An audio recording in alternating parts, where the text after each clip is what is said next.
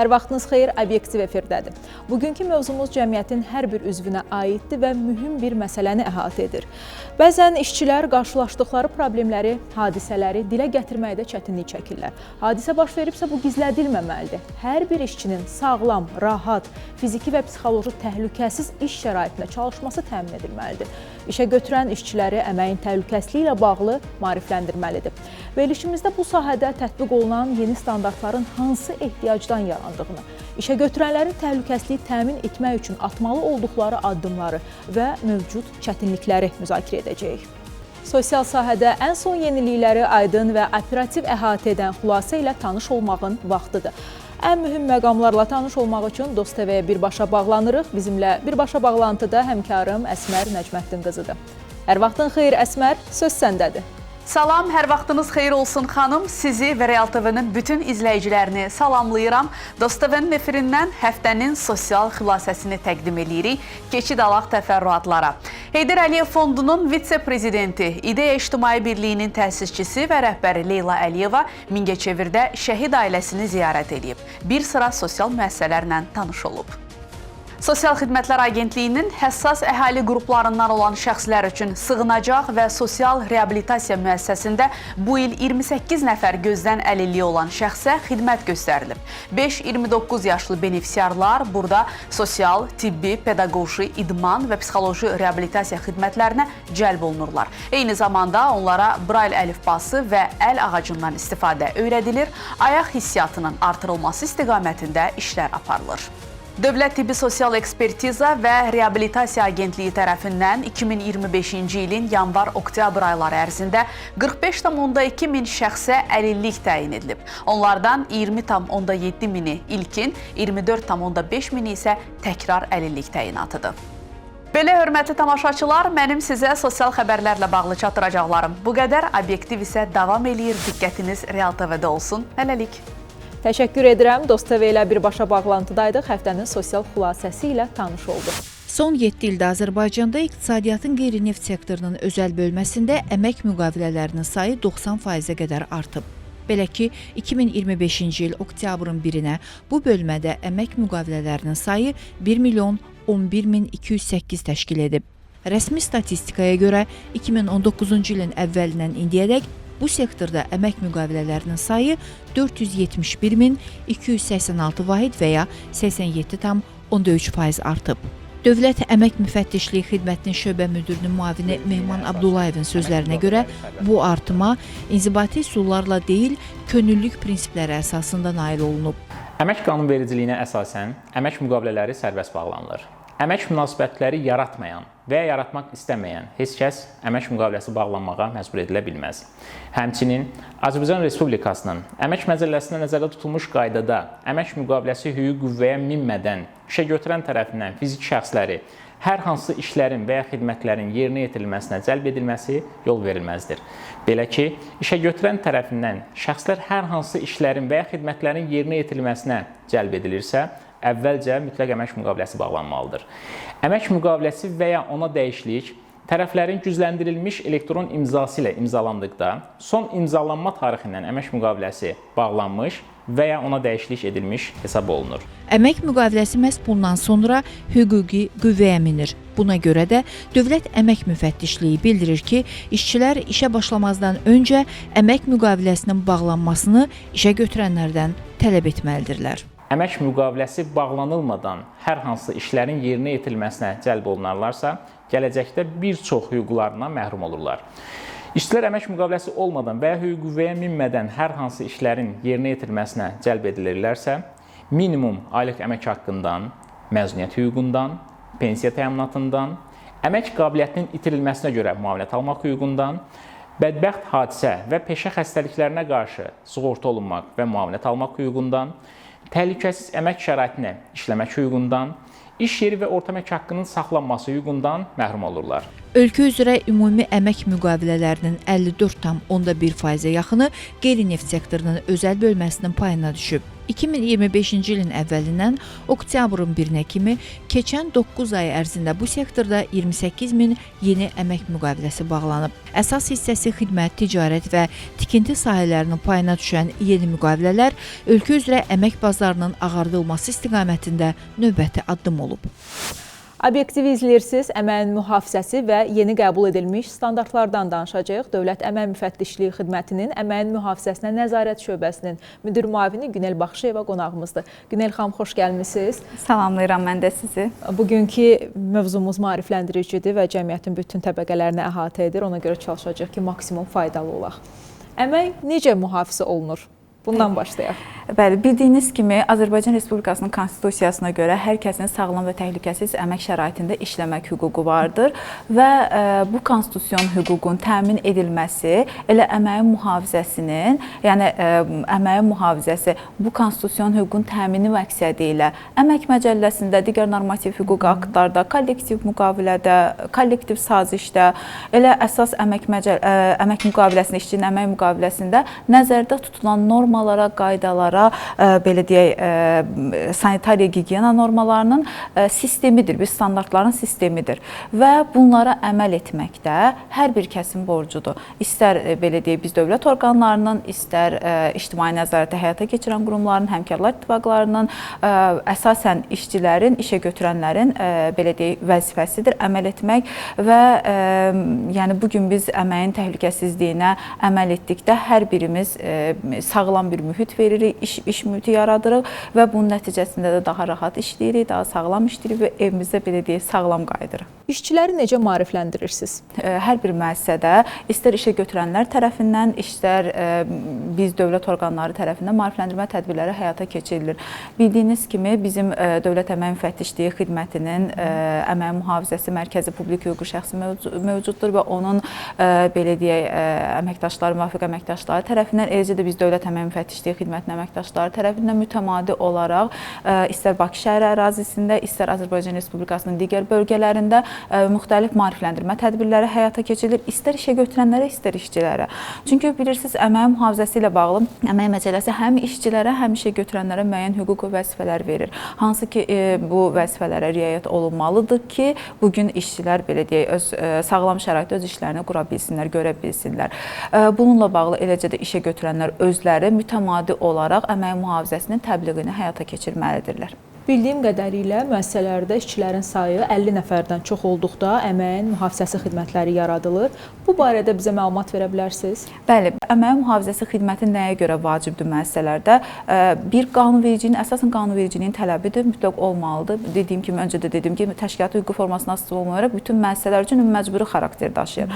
Və bu mütəxəssislərin burada olması, bu mütəxəssislər ümumiyyətlə əmək mühafizəsi qanunvericiliyi çox yaxşı bilən mütəxəssislər olmalıdır. Yəni güclü əmək mühafizəsi əsası güclü biliklərə malik olmalıdırlar ki, digər işçiləri, eləcə də öz rəhbərliklərini bununla bağlı məlumatlandırsınlar və onlara müəyyən səlahiyyətlər verilir. Məsələn, onda başqa bir işlərin yerinə yetirilməsinə cəlb oluna bilməzlər. Yalnız yəni əmək mühafizəsi ilə məşğul olmalıdırlar və onların eyni zamanda istənilən vaxt, gün istənilən vaxtda belə deyək, iş yerinə daxil olub işçilərin gördüyü işlərdə yəni hansı şəraitdə işlərini gördüklərlə tanış olmaq hüququ var və əgər gedib hər hansı bir belə deyək, pozuntu görürsə əmək mühafizəsi ilə bağlı, istər vəzifəli şəxslərə müəyyən göstərişlər vermək, istərsə də işçilərin özlərinə icrası məcburi göstərişlər vermək hüququ var və eyni zamanda həmin o işçilər barəsində işə götürənlərin müəyyən tədbirlər görməsi üçün təqdimatlar vermək hüququ var bu mütəxəssislərin.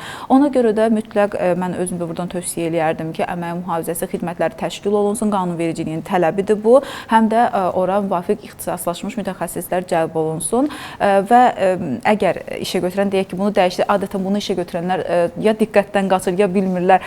Bu yaradıldı deyək ki, bu xidmət. Yenidən bunun təşkil olunması və yaxud da ləğv edilməsi prosesi olanda birbaşa özləri eləyirlər. Amma qanunvericiliyin tələbidir ki, onlar mütləq Dövlət Əmək Müfəttişliyi Xidmətinə müraciət etməlidirlər və müfəttişliyin razılığı olduqdan sonra əməyin mühafizəsi xidmətlərini yenidən təşkil edə və ləğv edə bilərlər. Həm də bununla əlaqədar artıq biz də həmin müəssisədə gedən belə deyək proseslərlə əmək mühafizəsi xidməti ilə bağlı məlumatlı oluruq. Təşəkkür edirəm. Günel xanım, işçilərin səhhətinin pozulması hansı hallarda təhqiq edilməlidir?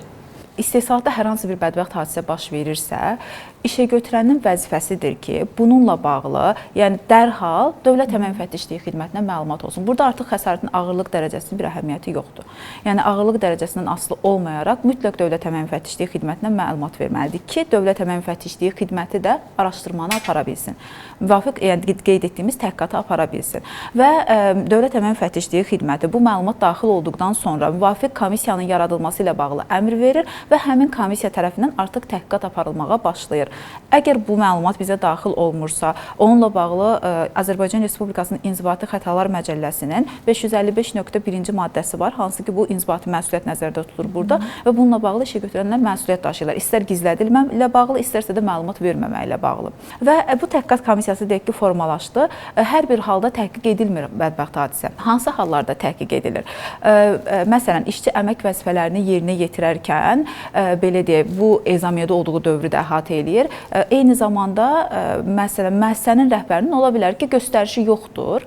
Amma işçi müəssisənin mənafeyi naminə hər hansı bir işlərin yerinə yetirilməsinə cəlb olunur, özü yerinə yetirmək istəyir. Bu zamanda həmin belə deyək, təhqiqat aparılır, təhqiq edilir həmin bədbəxt hadisə.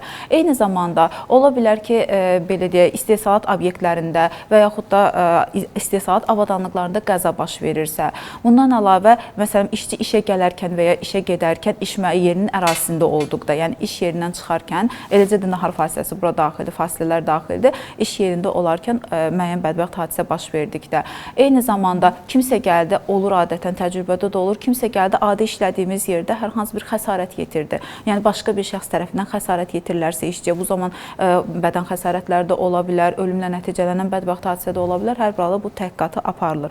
Eyni zamanda məsələn donma, gün vurma, eyni zamanda təbii fəlakətlər, daşqın, sel, bunun nəticəsində istehsalatda bədbəxt hadisə baş verərsə və yaxud da ki, tibbi rəy əsasında infarktın və ya insultun istehsalat əlaqələri müəyyən edildikdə bunun təhqiqatı aparılır. Bundan əlavə növbə, məsələn, vaxt ərazisində yerinə yetirir, növbəli işi yerinə yetirir və növbə ərazisində vaxtadan qayıdan bilməyən işçilər var bəzən. Onlarla hər hansı bir, baxmayaraq ki, işləmirlər, fasilə vaxtındadılar, amma onlarla hər hansı bir bədbəxt hadisə baş verərsə, vaxt ərazisində olduqları dövrdə olan o həmin bədbəxt hadisənin təhqiqatı aparılır və yaxud da məsələn olur da işə gedəndə müəssisənin maşını ilə gedib gəlirlər. Bu zaman ya müəssisənin özünün maşını və yaxud da ki, müəssisə deyək ki, sərəncam verib də o başqa bir təşkilatdan maşını ilə bağlı, onda həmin o belə deyək, minik avtomobildə, nəqliyyat vasitəsində hər hansı bir bədbəxt hadisə baş verərsə və yaxud işə götürənin sərəncamı ilə işçi öz minik avtomobilində hərəkət edir, işə gəlir, gedirsə, bu zamanda hər hansı bir hadisə baş versə, onda təhqiqatı aparılmalıdır. Bəzən işə götürənlər baş verən bədbəxt hadisələri gizlədirlər. Bununla necə mübarizə aparmaq olar? Bununla bağlı biz mütəmadi olaraq, yəni istər televiziyada, istər sosial şəbəkə hesablarımızda mütəmadi olaraq, istərsə də birbaşa təlimlər keçərkən, maarifləndirmə tədbirləri zamanı işə götürənlərə məlumat veririk. Hadisə baş verən günü dərhal Dövlət Əmək Müfəttişliyi Xidmətinə məlumat vermək lazımdır. Yəni biz insan həyatını ən öndə tutmalıyıq. Yəni bilirsiniz də, Əmək Məcəlləsinin prinsiplərindən biri də elə insan həyatı, insanın həyat və sağlamlığının müəssisənin fəaliyyətindən daha üstün tutulmasıdır. Yəni fəaliyyətin nəticələri bizim üçün insan həyatı olan yerdə heç bir əhəmiyyət daşımır.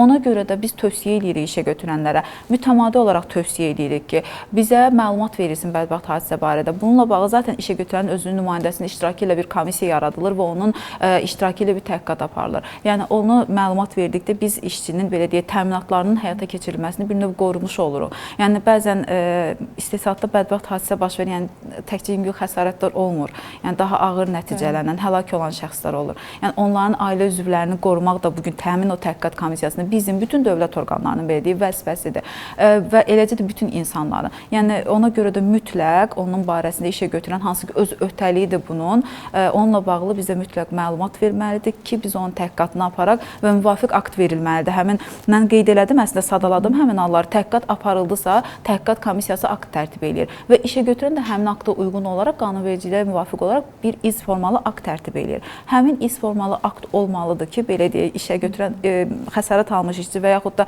həlak olmuş işçinin ailə üzvü həmin o təminatlardan yararlana bilsin. Bu bədbəxt hadisələrin gizlədilməsi, kompensasiya hallarından yayınmaq kimi qəbul edilə bilərmi? Çox vaxt elə də olur, bəli. Sadəcə olaraq mən onu qeyd etmək istərdim, elə kompensasiyadan danışmışkən, yəni hər bir işçinin ayrılıqda sığortalanması təmin olunmalıdır.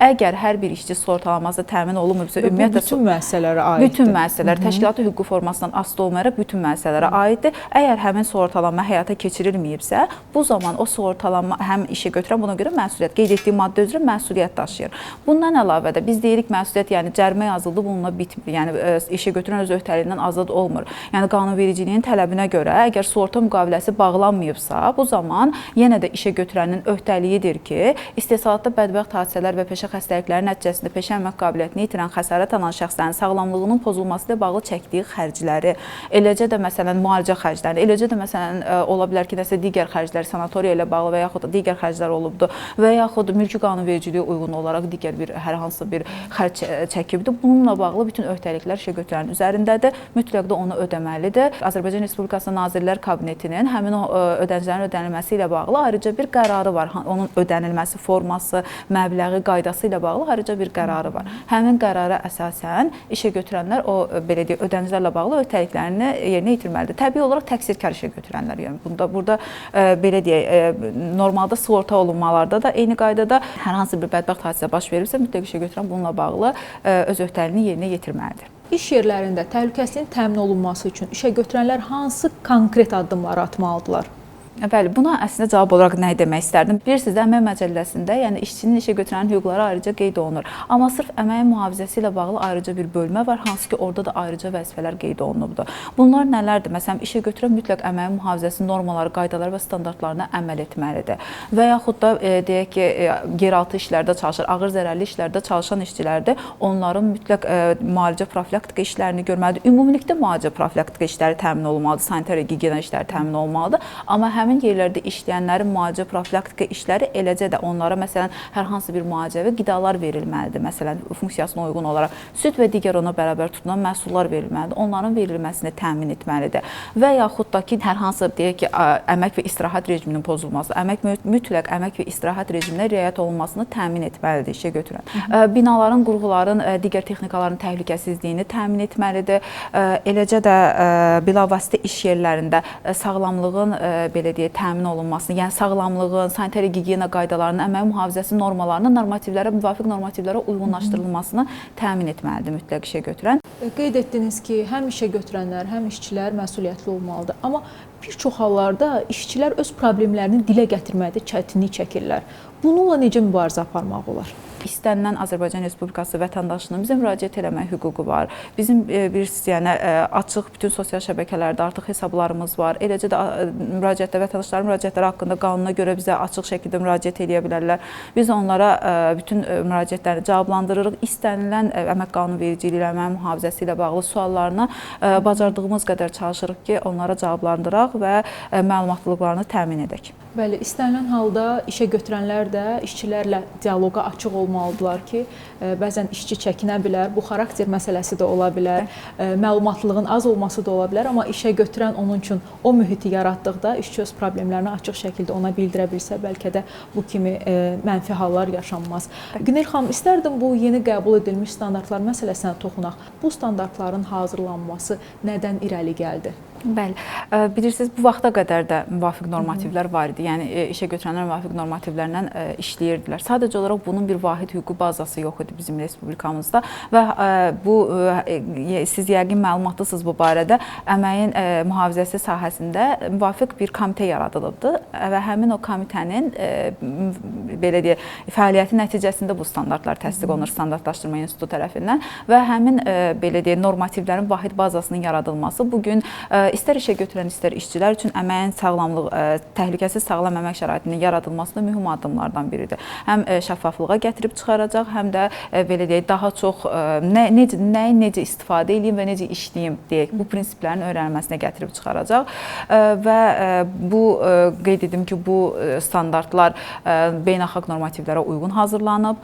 Bizim bilirsiniz də əməyin mühafizəsi ilə bağlı əməyin təhlükəsizliyi və gigiyenası haqqında beynəlxalq əmək təşkilatı Təşkilatının konvensiyasını ratifikasiya eləmişik. O ratifikasiyaya tam uyğun olan şəkildə bu standartlarımız hazırlanmışdır və təsdiq edilmişdir. Sonda bu standartlarla bağlı bizə hər hansı bir statistik məlumat verə bilərsinizmi? Bəli, bildiyiniz kimi ötən il ərzindən başlanıb artıq bu standartlar təsdiqlənməyə və 2024-cü il ərzində artıq 57 standart təsdiqlənib. Bu ilin fəaliyyət planına da 111 standartın təsdiqlənməsi nəzərdə tutulubdur. Hansı ki, bunlardan sevindirici haldır ki, artıq 76-sı təsdiqlənmişdir və digərlərinin də ilin sonuna qədər təsdiqlənməsi nəzərdə tutulmuşdur. Təşəkkür edirəm Günel xanım. Sonda əlavə etmək istədiyiniz hər hansı bir məqam varmı?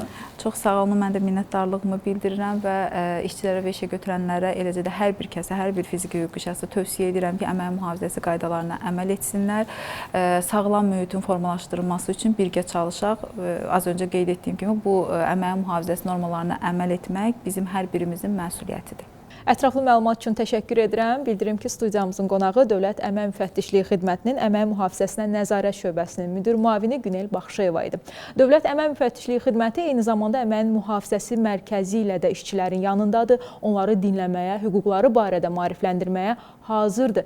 Əməyin mühafizəsi insan həyatının qorunması deməkdir. Gəlin, birlikdə təhlükəsizliyi vərdişə çevirək və gələcəyimizi sağlam əmək üzərində quraq. Bizi izlədiyiniz üçün təşəkkür edirik. Realda xəbər axını davam edir.